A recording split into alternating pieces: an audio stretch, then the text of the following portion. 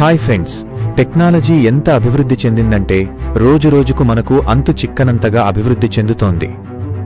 ఈ టెక్నాలజీని వాడుకుని కొందరు మంచి పనులు చేస్తూ ఉంటే మరికొందరు చెడును కూడా చేస్తున్నారు. ఇప్పుడు కొత్తగా వచ్చిన టెక్నాలజీ ఏఐ అంటే ఆర్టిఫిషియల్ ఇంటెలిజెన్స్ వాడుకుని అమెరికా డొనాల్డ్ ట్రంప్ సోమవారం ఒక ఏఐ సృష్టించిన వీడియోను పోస్ట్ చేశారు. ఈ వీడియో ఎలా ఉందంటే, డొనాల్డ్ ట్రంప్ మరియు బరాక్ ఒబామా ఇద్దరూ వైట్ హౌస్లో ఏదో విషయం గురించి మాట్లాడుతూ ఉండగా అక్కడికి వచ్చిన federal bureau of investigation FBI ఆఫీసర్లు ఒబామాను పట్టుకుని 2 చేతులు వెనక్కి తిప్పి సంకెళ్లు వేసి మోకాళ్లపైన కూర్చోబెడతారు. అరెస్టు చేసి అక్కడి నుండి తీసుకువెళతారు.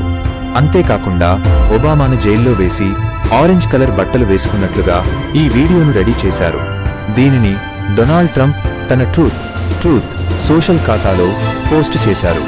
ముఖ్యంగా అధ్యక్షుడు చట్టానికి అతీతుడు అని ఒబామా అంటున్న మాటలతో ఈ వీడియో ప్రారంభమవుతుంది. ఆ తర్వాత మాజీ ఉపాధ్యక్షుడు జో బైడెన్తో సహా పలువురు అమెరికన్ రాజకీయ నాయకులు ఈ నకిలీ వీడియోలో కనిపించి చట్టానికి ఎవరూ అతీతులు కారు అని అంటారు. ఆ తర్వాత వీడియో ఓవల్ ఆఫీసులో ఉన్న ట్రంప్ ఒబామాను చూపిస్తుంది. వెంటనే FBI అధికారులు ఒబామాను అరెస్టు చేస్తారు. అసలు ఈ వీడియోను డొనాల్డ్ ట్రంప్ తన ఖాతాలో ఎందుకు పోస్ట్ చేశారు? 2016లో జరిగిన అమెరికా అధ్యక్ష ఎన్నికలలో ట్రంప్ విజయం వెనుక రష్యా ప్రభావం ఉందన్న ఆరోపణలపై ఒబామా పరిపాలనపై విచారణ జరపాలని అమెరికా మాజీ కాంగ్రెస్ సభ్యురాలు తులసి గబార్డ్ చెప్పిన కొద్ది రోజులకే ఈ పరిణామం చోటు చేసుకుంది. దేశద్రోహానికి ఒబామాను అరెస్టు చేస్తారా? రష్యా కుట్ర ఆరోపణల వెల్లడి నడుమ ట్రంప్ పంచుకున్న ఏఐ వీడియో సందేహాలను రేకెత్తిస్తోంది.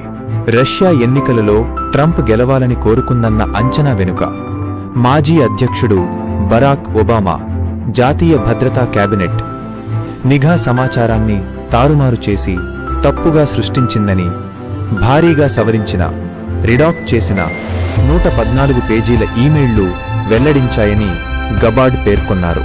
వారి లక్ష్యం అధ్యక్షుడు ట్రంప్ను అధికారం నుండి తొలగించి అమెరికన్ ప్రజల అభీష్టాన్ని అణచివేయడమే అని గబార్డ్ ఎక్స్ గతంలో ట్విట్టర్లో రాశారు. ఎంతటి శక్తివంతులైనప్పటికీ ఈ కుట్రలో పాలుపంచుకున్న ప్రతి వ్యక్తిపై విచారణ జరిపి చట్ట ప్రకారం కఠినంగా శిక్షించాలి. మన ప్రజాస్వామ్య గణతంత్ర సమగ్రత దీనిపైనే ఆధారపడి ఉంది. మేము అన్ని పత్రాలను క్రిమినల్ విచారణ సిఫార్సు కోసం DOJ న్యాయశాఖకి అప్పగిస్తున్నాము అని గబార్డ్ పేర్కొన్నారు. అందుకే ఫ్రెండ్స్, సోషల్ మీడియాలో ఏ వీడియో వచ్చినా మనము 1కి 10 సార్లు ఆలోచించి ఆ వీడియోను నమ్మాలి. ఎవరో పోస్ట్ చేశారని ప్రతిదాన్ని నమ్మకూడదు. ముందుగా అది ఒరిజినలా డూప్లికేటా అనేది చెక్ చేసుకోవాలి. Thanks for watching. Like and subscribe.